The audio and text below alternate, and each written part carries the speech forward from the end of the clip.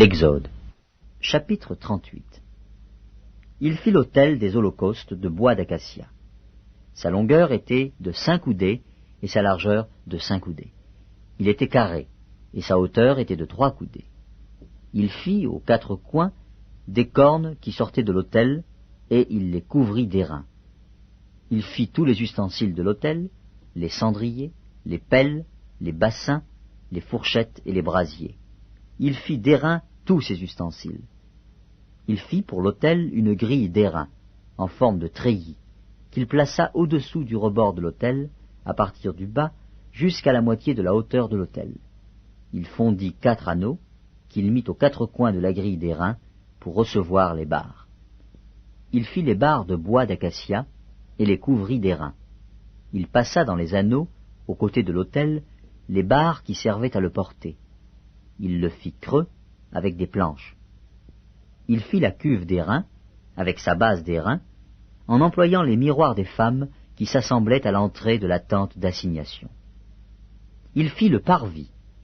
Du côté du midi, il y avait, pour former le parvis, des toiles de fin lin retors, sur une longueur de 100 coudées, avec 20 colonnes posant sur 20 bases d'airain. Les crochets des colonnes et leurs tringles étaient d'argent. Du côté du nord, il y avait 100 coudées de toile, avec 20 colonnes et leurs 20 bases d'airain. Les crochets des colonnes et leurs tringles étaient d'argent. Du côté de l'Occident, il y avait 50 coudées de toile, avec 10 colonnes et leurs 10 bases.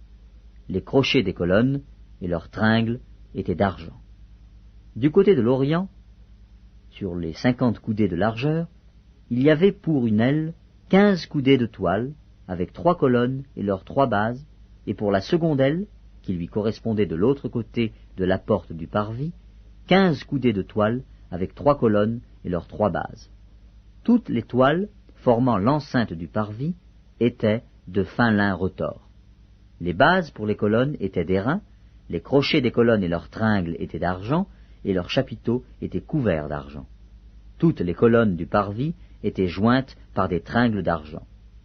Le rideau de la porte du parvis était un ouvrage de broderie en fil bleu, pourpre et cramoisi, et en fin lin retors.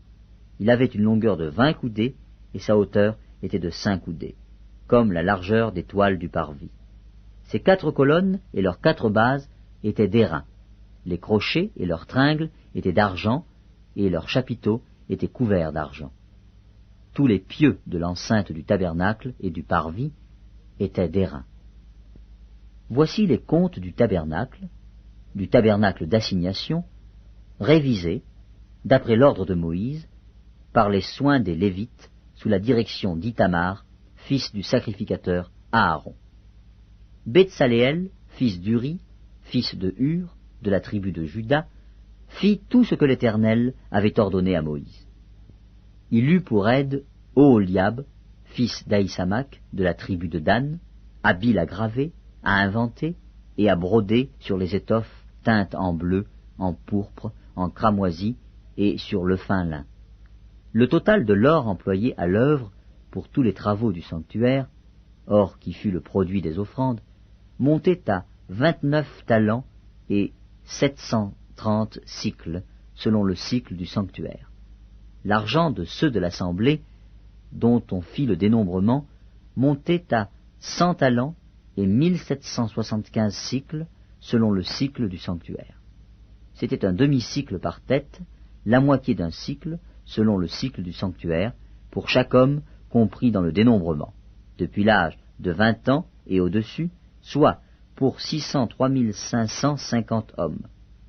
Les 100 talents d'argent servirent à fondre les bases du sanctuaire et les bases du voile, 100 bases pour les 100 talents, 1 talent par base. Et avec les 1775 cycles, on fit les crochets et les tringles pour les colonnes, et on couvrit les chapiteaux.